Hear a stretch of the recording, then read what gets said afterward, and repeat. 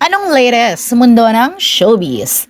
Catherine Bernardo lilipat na nga ba sa Crown Artist Management nila Mahal Salvador at Rambo Nunez?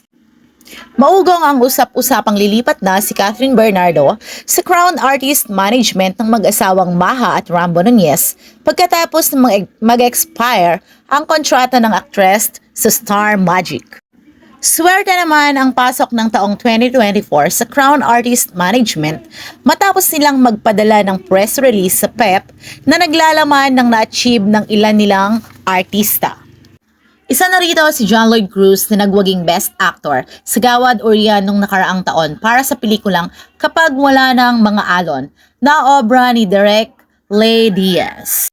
Si Mariel Ocampo naman ay nagwaging Best Supporting Actress sa MMFF 2023 para sa pelikulang Family of Two.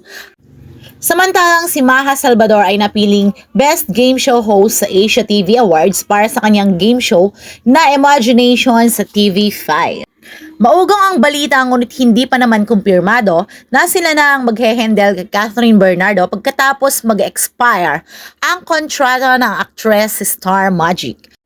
Nauna nang itinanggi ni Mami Min ang paglipat umano ni Catherine Bernardo, ngunit ito ay muling nabuhay at marami ang naging espekulasyon mula sa mga martes na netizens.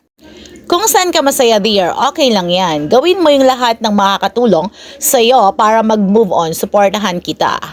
Sana wag kang ilipat kasi diyan ka sumikat at kilala ka na sa Star Magic, say naman ng isang netizens. Tama na si Catherine, dililipat dyan. 24, nagkaroon ng pag-uusap ang ABS at Catherine, pinahaban nyo na lang. Real talk lang, pag nag-GMA si Cath, babagsak ang career niya gaya ng ibang sikat na lumipat. Say naman ng isang netizens. Kung nagustuhan mo ang ganitong video, mag-like and comment lang. We are open for suggestions para sa susunod na topic on our next video.